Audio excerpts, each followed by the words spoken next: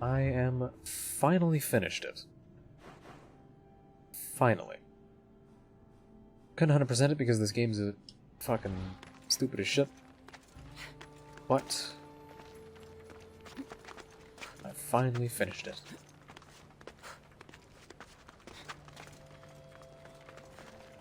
It is a perfectly acceptable game. And for $32.50, I definitely got my money's worth. Definitely not worth full price though, because fucking full price for this game is still some fucking how, assuming you get the DLC with it, an impressive $130. That is some bullshit. It's $80 on its own, $50 for the season pass in Canadian. That's not worth it.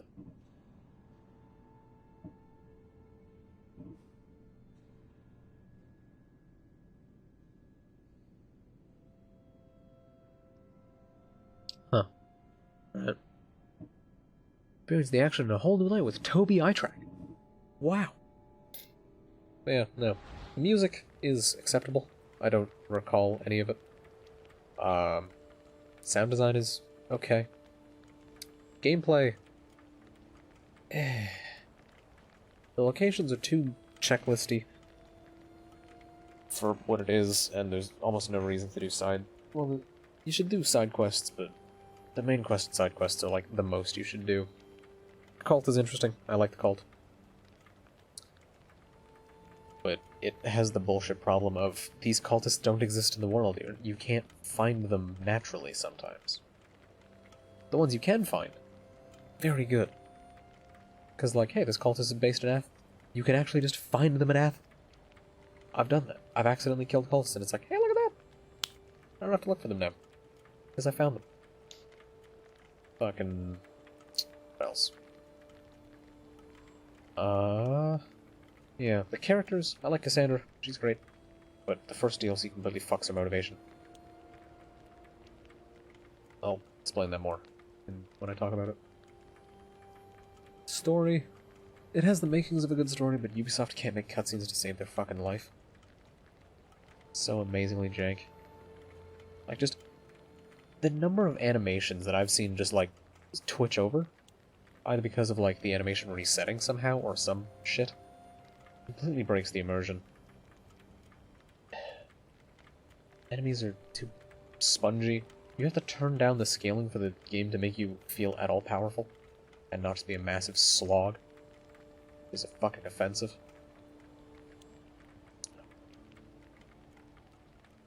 Game almost feels too big. But I like the story. Deimos just being this...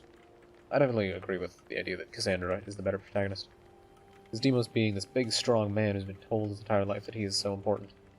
And that he's going to change the world. And he has all the power, and all the best weapons and armor and shit. Just being taken down. By a woman who has nothing, with a broken weapon. With her family fucking scattered across the world. No place in the world. Just so good. The rest of it kind of falls apart. So who even was the main villain? As you stop the cult, and then that's kind of it. It kind of just peters out. Yeah, it's like you stop Cleon and you talk to Deimos, and then if you go for letting Deimos live, it's just a kind of floppy conclusion. Killing him would almost be more dramatic, but then it's a worse ending. And the game does have a surprising amount of choice, but the choices don't feel sensical a lot of the time. Maybe that's just because I'm fucking stupid and I didn't pick the right ones. But, like, you know, even... I think presumably the plague does spread from Kefalonia to Athens, but you'd think if there's a fucking plague on the island, you'd contain that shit. You'd be like, no, nobody's going there, nobody's coming back. Although people will bypass that regardless. But, like, the game tells you, oh, do you want to pick the death of innocents or a potential plague breaking out? It's like, like,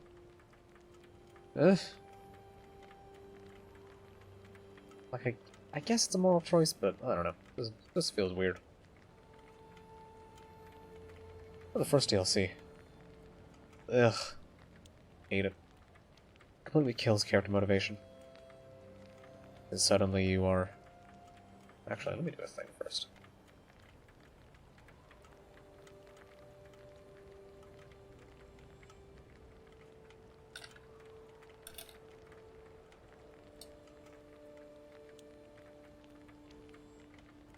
There we go. Yeah, no. Fucking, let me actually turn the camera as well. Off. Distance. Beautiful. Yeah, first DLC completely kills character motivation. Suddenly, you are in a romance with a character you don't give a shit about. Potentially. I didn't care about them. You have a kid with them, and that kid completely kills any motivation to not instantly do any and all DLC stuff. Side content makes no sense at that point because your child goes missing, and fucking... A powerful, adventurous woman like Cassandra isn't just going to sit around whilst her kid is missing, nor is she going to go do other shit. So suddenly doing anything but the main quest is fucking stupid. And then once you save the main quest, you just send him off anyway. He's just gone.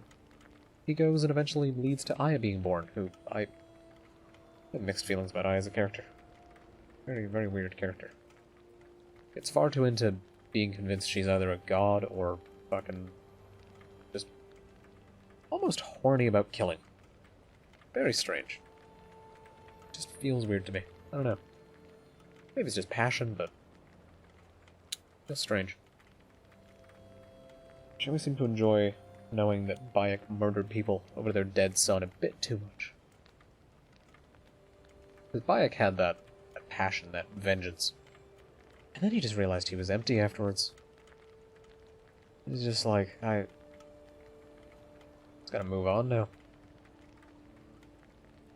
That is weird. Yeah, first DLC. First bit's fine. Introduces Darius. And I think that one quest... Nice one, Rasha.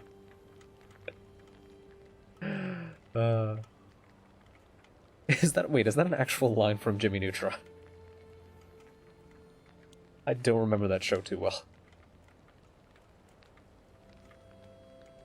Yeah, first third of the first DLC, episode 1, introduces Darius, and I don't know if they added that quest in later as a tie-in to it. That was a thing they added before they did that, but that's a nice tie-in. Artaxerxes and everything. Damn. I was hoping it would be. Yeah, second one, I hate because it glitched out on me, but it being the daughter, neat. Orontes being Amorges, neat. As it allows them to introduce the villain early, and then set him up to be evil at the end of it.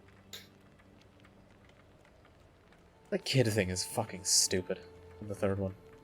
And it glitching out in the third one and not giving me the credit for killing Amorges. Also fucking stupid. Second DLC, much better. It makes master levels actually be a meaningful thing, probably because they introduced master levels with the second DLC, I imagine. I don't actually know about that. Yeah, first episode, quite good. Again, some of these choices seem fucking weird. Because, like...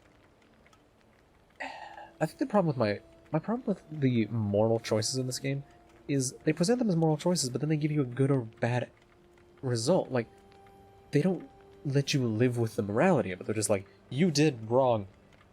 You're evil. You're fucking wrong. It's like, no. Morality is fucking grey. I don't know. I'm probably just complaining about nothing. I just want to play Fallout New Vegas again the rest of my life. Yeah, episode 2. Pretty good. Gives a lot more ability points. Has some neat quests. I think the second episode might be the best out of the second DLC. Just because it brings back Brasidas and Phoebe and a lot of the antagonists of the game. Also bringing back a lot of well-known Greek heroes and stuff. And just what it does with some of those characters is really neat. Because it gives Alpino a redemption arc, which I quite like. It's nice that he actually turns out to be good, and it's not just like, haha, I've been evil this whole time, and I tricked you again.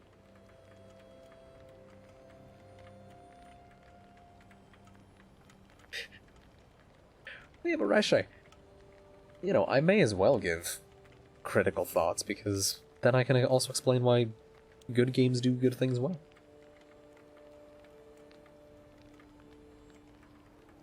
And, you know, people will do, like, hour-long video essays on why Fallout 3 is a shit game.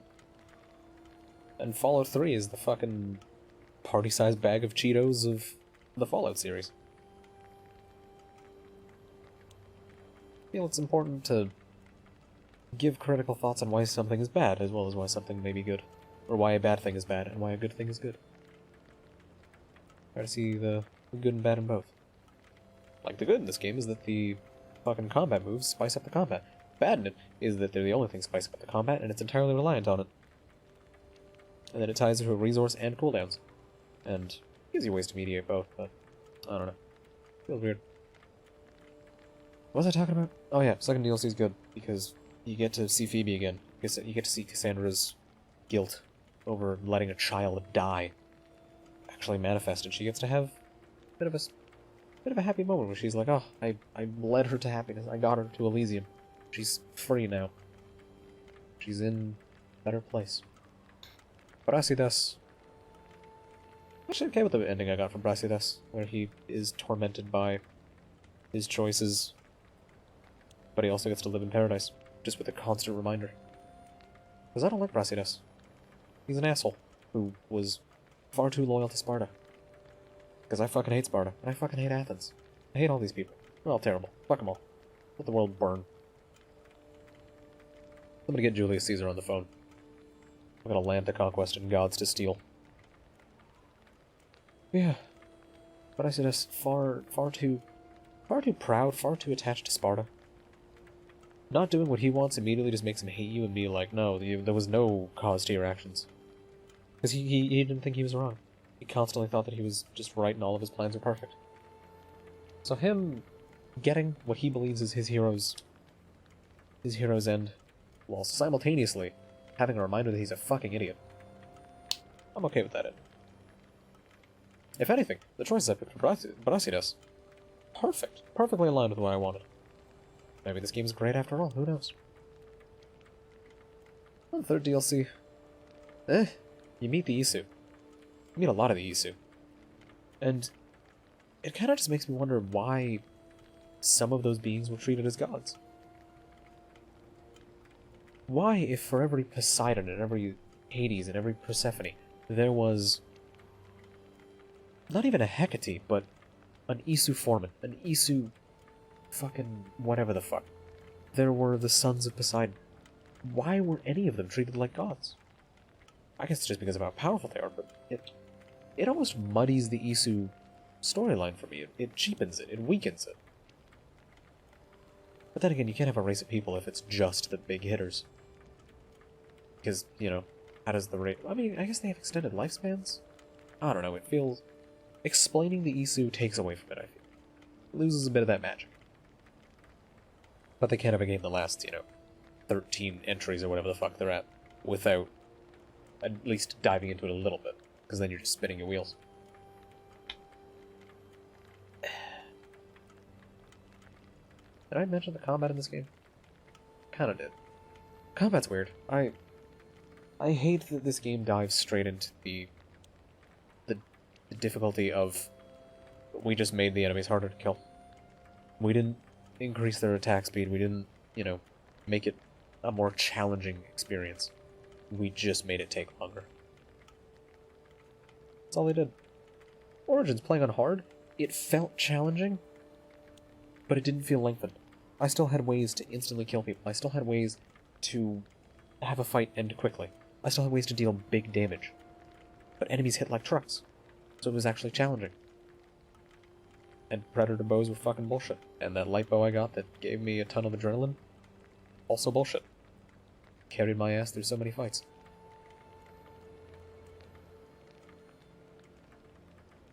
I do appreciate them kind of making the adrenaline system more deep. Making it not just like, hey, you use it to fucking heal, or you use it to attack an enemy with a powerful attack. And that's it. Good job. I'm glad they actually made it into moves. I just hope Valhalla actually does more with the moves. Balances them a bit better. That's actually a thing to talk about. The balance of this game is fucking insane. Because, assuming you go into an assassin build, which I didn't do a warrior build or a hunter build, so I don't know how those pan out. But an assassin build makes the design of this game fucking ridiculous. Because in combat, I could spend 1 bar on kick and get barely any damage. I could spend 1 bar on bull rush and get maybe some damage. I can spend a bar on healing myself. That's infinitely more useful than what either of these two moves do, unless you kick someone off a cliff and instantly kill them.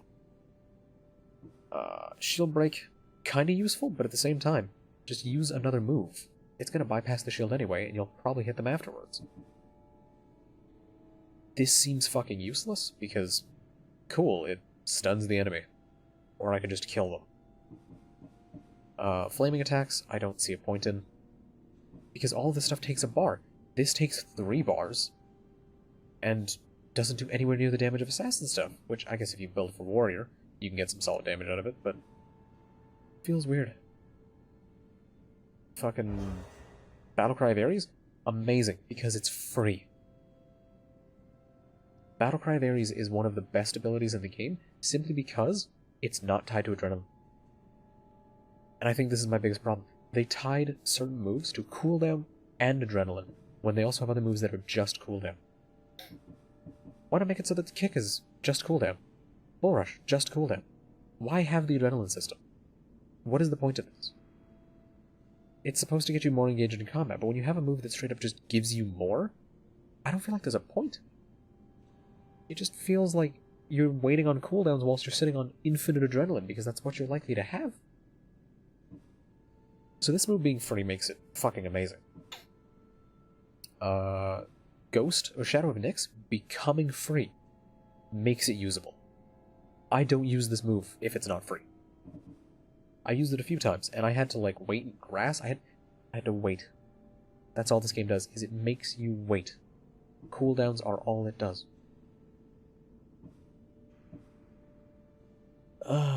Arrows are useful. Sixth Sense, hella good, because it's not tied to adrenaline. Predator Shot, I didn't use it anywhere near as much as I did in Origins, because it was not tied to ammo, it was tied to adrenaline. Which, and here's the kicker, why would I spend a bar of adrenaline on an arrow that will kill 1 person, when I could instead kill 5 people with 1 bar of adrenaline? And as long as nobody else hears or sees, I just stealth killed 5 people off 1 bar in the span of seconds. So compared to fucking Rush Assassination, Crit Assassination is almost useless. It's only good for the extra damage. Normal Assassination, almost useless. It's only useful to gain bars, because of that extra adrenaline I get. So, you know, if not for these design choices of extra damage, this move would be useless. If not for the design decision of an extra bar, it would be useless. These moves have reasons to exist, but why?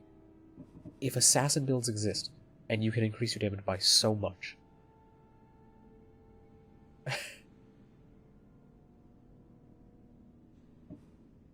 I don't get it.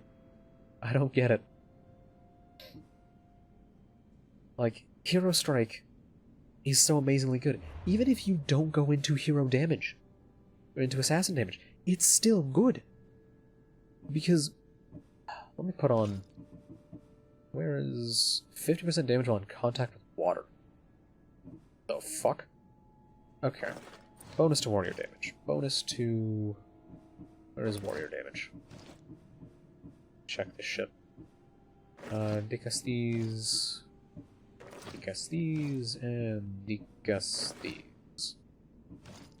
If I swap out my... I'm gonna swap out for warrior only damage. Yeah, let me do that. Let me do... assassin damage, assassin, warrior with crit. That's solid. Swap out my bow for, say, warrior damage, perhaps. Yeah, that'll be good. I'm only at 23,000. Now, to be fair, I haven't put master levels into, warrior damage too much, and I have a ton in assassin damage, but theoretically throughout the game, this is what your build is going to look like. your warrior damage is really not going to be that high. Your assassin damage is still going to be crazy in relation to it. It's still going to be worth putting that 1 bar into Hero Strike compared to putting a bar into Kick unless you want someone off a cliff, or into Bull Rush, because that's the best damage you're getting, and it's shit. The design of this game seems so peculiar outside of the context of the assassin tree. Because increase armor. Good, you stay alive. 10% chance that an attacking enemy will stagger. That's quite nice. Increase warrior damage by 40%. I already have the ability that does a lot of it. The crit chance is good, but that's about it. You know, this doing 50% more damage, not 50% more warrior damage, is hella good, because it benefits assassin. This game, like, it wants to be a warrior-based RPG, but everything wants to push you towards this, so why have the warrior design? Why not have it be more of like a rogue playstyle when you're in combat? Why have it be the almost barbarian-esque Misthios design? The barbarian-esque mercenary? I don't get it.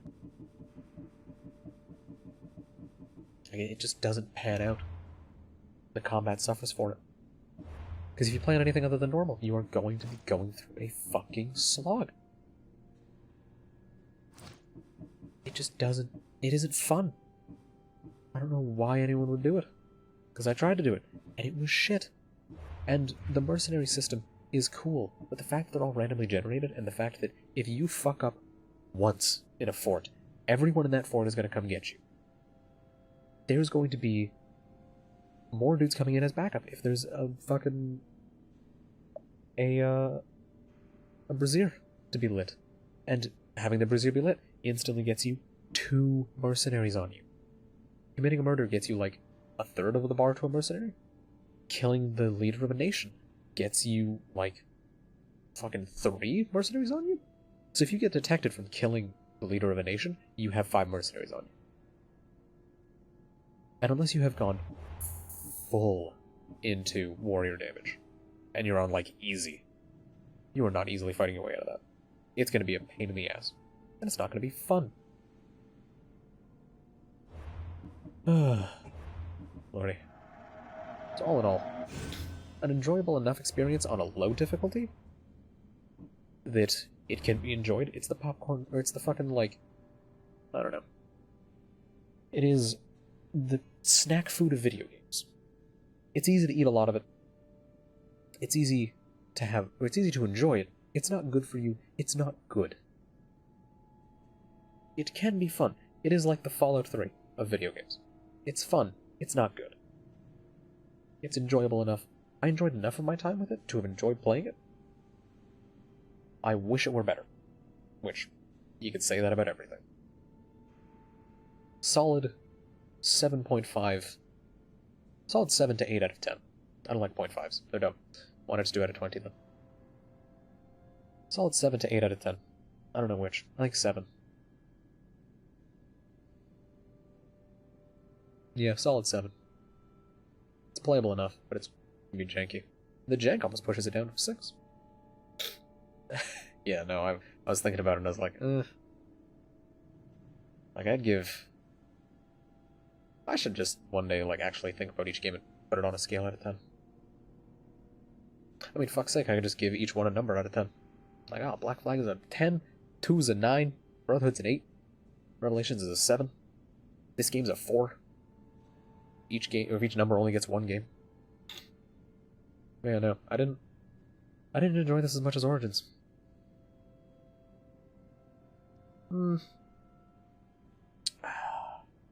It's hard.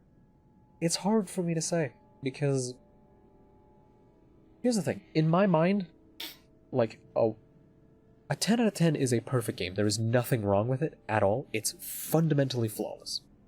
Like, it performs beautifully, the design is perfect, the story is amazing, the visuals are fantastic, or they're stylized enough to where they age well enough that they still look fantastic. And, like, a 1 is a fundamentally broken mess that should not have been released. 5 is like... It is an... I guess... Even by my own standards, it'd be close to like a 6. Yeah, like, if I want my out of 10 to not be, you know, every game's a 7, IGN, and for low numbers to actually have meaning, I guess I have to actually give things that I have problems with in low numbers. Yeah, it's a 5. It's perfectly playable. It is an average experience. You can enjoy a lot of it, but it has jank, and it has design problems that weigh it down. Yeah, it's quantity over quality. Sums up a lot of it. If anything, it sums up this screen right here. Because there's moves that don't need to be here. Shieldbreaker doesn't need to be here. But they put it in so that they had more moves. Slow time? I don't really see that being necessary when there's perfect dodge, or when Vanish exists. Poison Mastery and Fire Mastery work as just ways of having each melee-based combat have a damage type, I guess? But why assign the infusion to a damage type, then? Why not just have the... but you can't have the infusion just be a straight upgrade. I don't know. Yeah, I guess this game is like a 5, maybe a 6. Yeah. You've helped me see the light. And also just the fact that, you know, I thought it was a 7 without even considering this grind. I did not grind any of this. The money is the most that I grinded.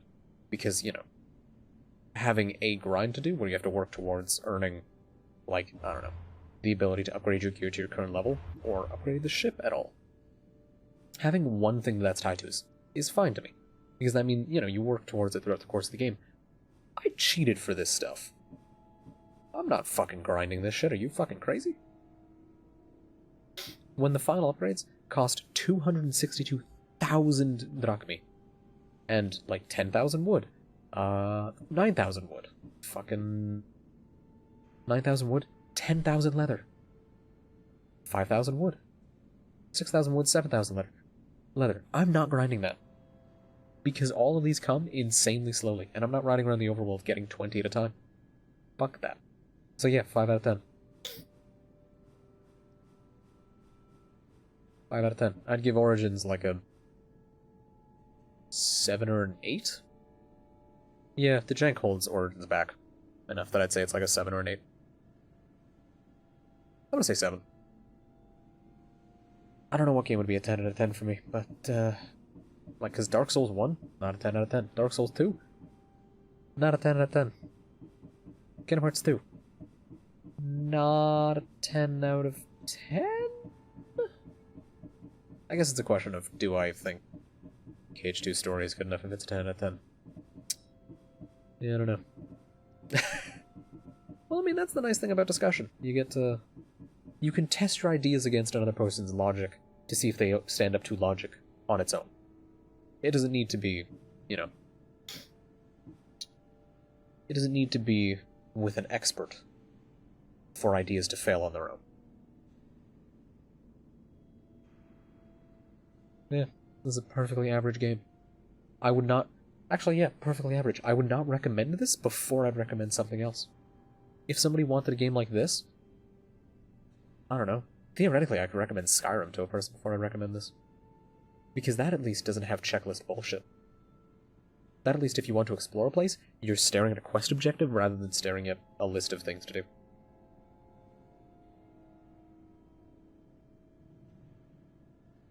Yeah, I can't think of a game that I would recommend this over. Because I wouldn't even recommend the game before it.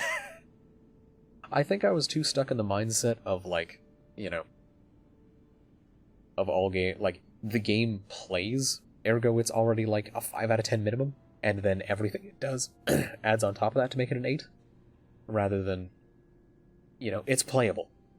That should be the borderline. That should be the baseline. Borderline. That should be the baseline. And then it has to earn points above that. Yeah.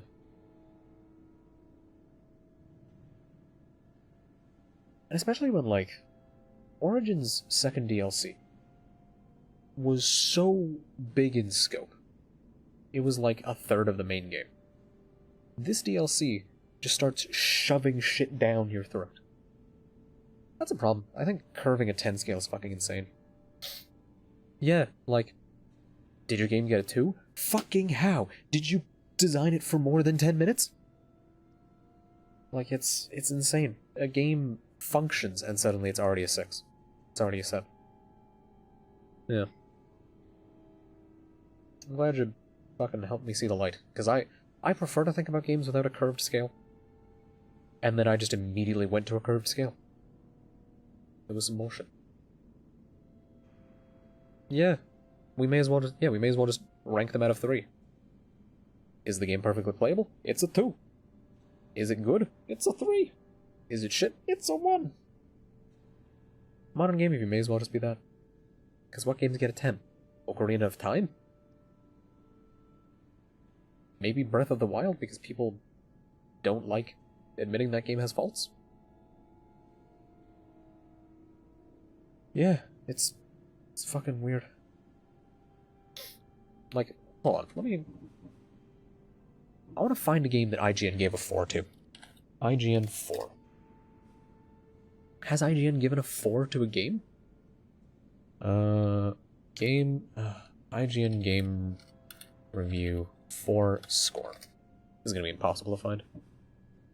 Video game reviews. Can I sort by scores? Ooh, they actually let you show only games with those scores. What do they give a 0 to?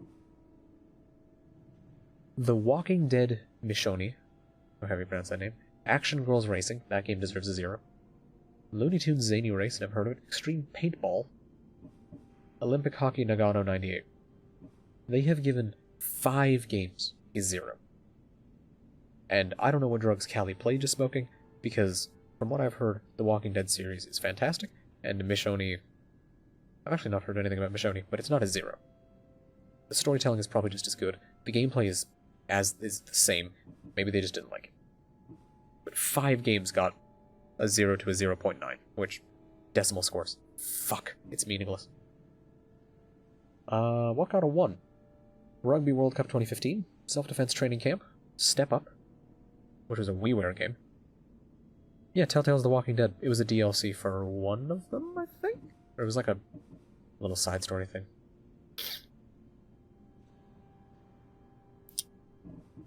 The hell did my girlfriend just link? Oh, it's making my computer explode. Oh, hey, that fucking still displays. You know what, I'm just gonna put it to this. There we go. And I can put on music now. Hey, what a plan. What a plan, what a plan, what a plan, what a mighty fine plan. Okay, let me see.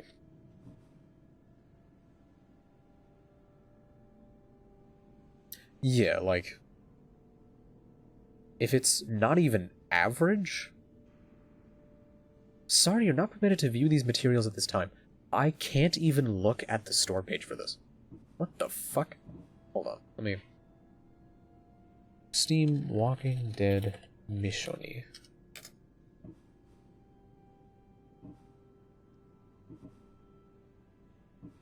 Yeah, like, what the fuck?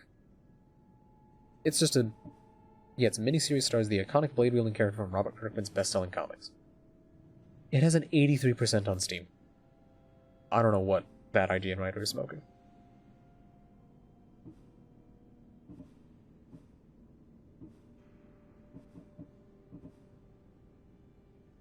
Rogue Warrior definitely deserves a 1 because actually, yeah, it deserves a 1. That game is shit.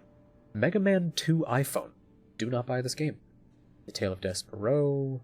Spogs? Okay. Aquarium. Fantasy Aquarium. Deal or No Deal. Jenga World Tour. Ooh. What do they give a 5? Crowfall? Never heard of it. Wonder Boy Asha in Monster World. Necromunda Hired Gun. Don't people fucking love Necromunda? $55. It's mixed. What's the percentage looking like on that? 57% of the reviews in the last 30 days. 72% of the reviews overall. So 5 5 is close to accurate, based on that, I'd say. Because if it's alright, Doom 3 VR edition. The fuck? But it's weird. You see Necromunda Hired Gun, a $57 game that has what it looks like a fairly decent budget, alongside Arkham Horror, Mother's Embrace, Monster Jam Steel Titans 2, fucking, what else? Hyperscape PC beta review? SpongeBob SquarePants Battle for Bikini Bottom Rehydrated is apparently a 5? What the fuck? It was great. I don't remember that game janking out on me at all. Assassin's Creed 3 Remastered for Switch. The joys of reviewing games on different systems. Crackdown 3, apparently a 5. The campaign is reviewed separately. Wait, what? What? It's the same dude. The same dude reviewed Crackdown 3, the campaign, and then the entire game 3 days later. What the fuck? That's fucking insane. Okay, so Necromunda, Hired Gun, has the same review. I didn't even put on music. What am I doing? Does it have my... Doesn't. Fucking... Whoops. And start... Why does it not remember my fucking settings? Fuck this program. Holy shit. There we go. But yeah. Necromunda Hired Gun, which a lot of people think is fun, a lot of people think is good, is the same score as Fallout 76 and Overkill's The Walking Dead. Which, Overkill's The Walking Dead is a game so bad, you cannot buy it anymore, because the people behind The Walking Dead went, we hated this so, like, it looks so shit, we're taking away the license. Necromunda Hired Gun is on the same level, apparently. The Walking Dead Final Season Episode 2, apparently a 5. Far Cry 5 Lost on Mars DLC, apparently a 5. Destiny Warriors 9, which I've heard is universally shit, because it ruins a lot of shit about Dynasty Warriors, apparently a 5.8. Raid World War II, which is just Payday but in World War II, apparently a 5. Star Fox 2 review, apparently a 5, which is impressive because it's a game that isn't out. Not released. Yeah, like it... They've managed to put things that are... Like, they put things that seem to be good at a 5, and things that seem to be bland, average, and boring on a 5 at the same time. Which is what happens when you have a variety of reviewers writing for a website, rather than it being a consistent thing. Which makes number scores useless.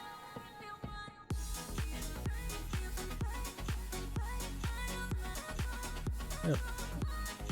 But, at the end of the day, you know, I paid $30. Did I get $30 of enjoyment out of this? Probably. Occupied my time, I got to think about stuff. Played a neat game that has some good ideas, some good writing. That's the problem.